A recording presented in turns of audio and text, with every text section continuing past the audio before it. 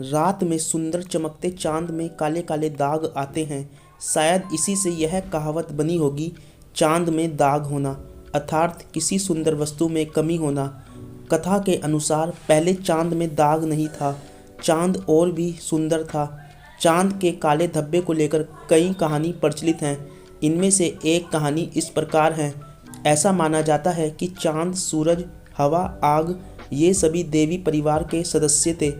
इनमें सूरज, हवा, आग ये 3 बहनें थीं तथा चांद इनका इकलौता भाई था। इन भाई बहनों में सूरज और चांद सबसे सुंदर थे। दोनों की सुंदरता अद्भुत थी। जहाँ भी जाते इनकी सुंदरता लोगों को चौंका देती।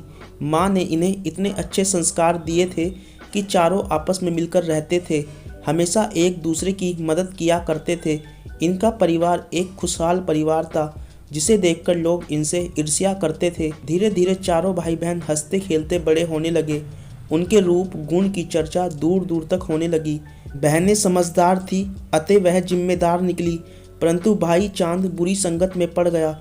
उसकी संगति बौने जाति के लोगों के साथ हो गई, जो केवल अपनी कद काठी के कारण ही छोटे नहीं थे अपितु काम भी गंदे करते थे। कमजोर लोगों को सताना, उन्हें तंग करना, बात बात पर गालियों का प्रयोग करना इनकी आदत बन चुकी थी।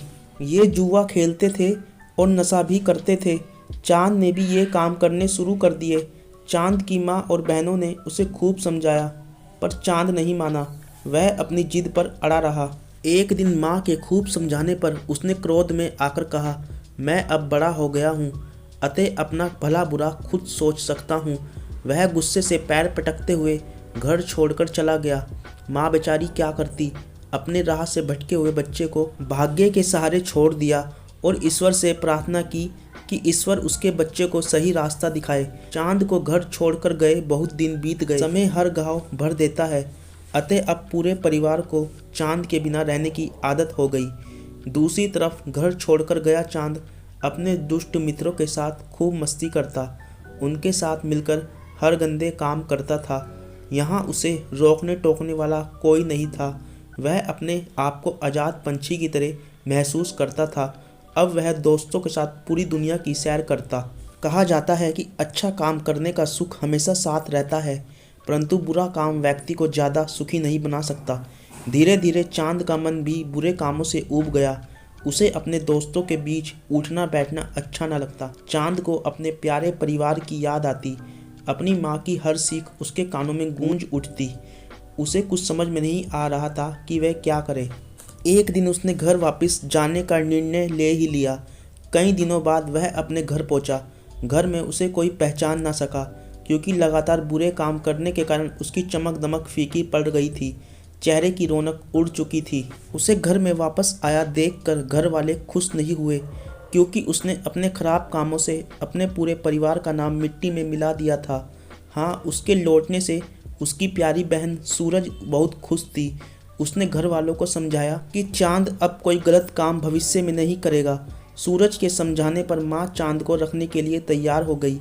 कुछ समय बाद घर पर सब कुछ ठीक हो गया। एक बार फिर पूरा परिवार मिलजुल कर रहने लगा। सबने सोचा कि चांद अब बदल गया है और उसकी बुरी आदतें भी बदल गई है। लेकिन बुरी आदतें आसानी से पीछा नहीं छोड़ती। चांद की बुरी नज़र अपनी बहन सूरज पर पड़ी। उसे सूरज संसार की सबसे सुंदर स्त्री लगी। उसने यह भी नहीं सोचा कि सूरज उसकी सगी बहन है। कई दिनों तक वह अपनी भावनाओं को मन में छिपाए रहा, परंतु अब उससे नहीं रहा गया। वह माँ के पास गया और बेशर्मी से बोला, माँ, मैं सूरज से शादी करना चाहता हूँ।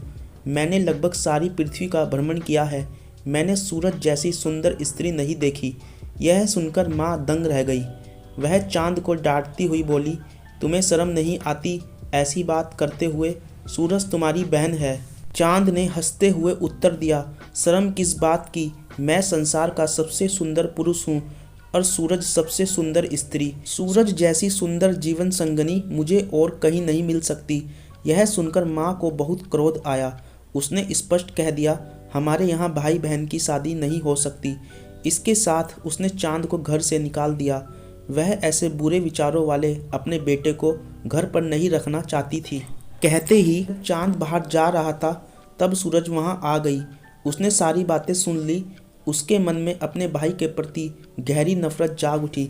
गुस्से में आकर उसने सामने पड़ी राख चांद के मुंह पर फेंक दी। अंगारों से भरी राख से चांद का चेहरा जल गया और काले धब्बे पड़ गए। तब से लेकर आज तक चांद अपनी बहन के प्रति गंदी भावना रखने के कारण नजरें नहीं मिला पा रहा है। वह उससे अपना मुंह छिपाता फिर रहा है। यही कारण है कि सूरज दिन में निकलता है और चांद रात में। सच ही है कि चेहरा एक दर्पण है जिस पर मनुष्य के मनोभावों की छाया दिखाई देती है।